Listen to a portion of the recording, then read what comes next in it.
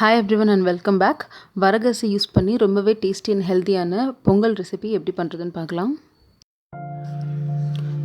இந்த பொங்கல் பண்ணுறதுக்கு ஒரு பேனில் நான் 1/2 கப் அளவுக்கு வரகு அரிசி சேர்த்துக்கிறேன். அது கூடவே 1/4 கப் அளவுக்கு பாசிப்பருப்பு சேர்த்துக்கிறேன், உடச்ச பாசிப்பருப்பு.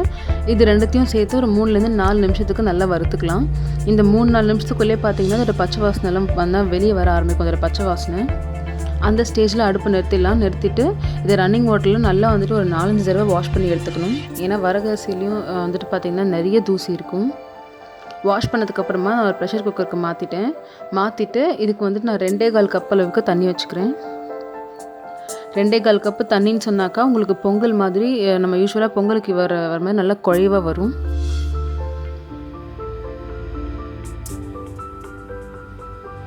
தண்ணி ஊற்றினதுக்கப்புறமா நான் 1 டீஸ்பூன் அளவுக்கு இஞ்சியை பொடியாக நறுக்கி சேர்த்துக்கிறேன். இது கூடவே தேவையான அளவுக்கு உப்பும் சேர்த்துக்கிறேன்.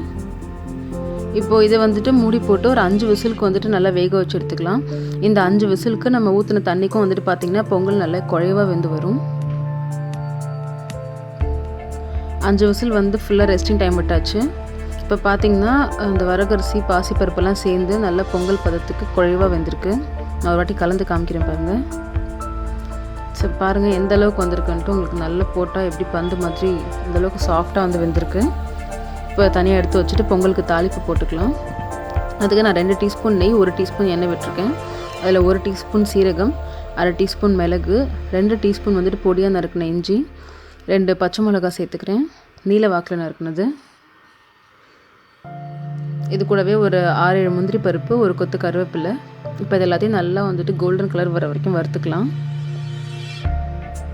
முந்திரி பருப்புலாம் நல்லா கோல்டன் கலர் வந்ததுக்கப்புறமா அடுப்பு ஆஃப் பண்ணிவிட்டு இந்த தாளிப்பு எடுத்து நம்ம மிக்ஸ் பண்ணி வச்சுருக்கோம்ல இந்த பொங்கல் இதில் சேர்த்து ஒரு வாட்டி நல்லா கலந்து விட்டுக்கலாம். அவ்வளோதான். ரொம்பவே ஈஸி அண்ட் டேஸ்டியான அண்ட் ரொம்ப ஹெல்த்தியான ஒரு பிரேக்ஃபாஸ்ட் ரெடி.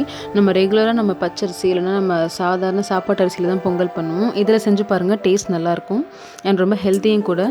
வெயிட் லாஸ்க்காக தனியாக வந்துட்டு இந்த மாதிரி வரகரிசி, தென்னை இந்த மாதிரி சாப்பாடு எடுத்துக்கிறவங்க இதை ட்ரை பண்ணி பார்க்கலாம். ரொம்பவே ஈஸியான ரெசிபி. ஸோ கண்டிப்பாக ட்ரை பண்ணி பாருங்கள். தேங்க்ஸ் ஃபார் வாட்சிங்.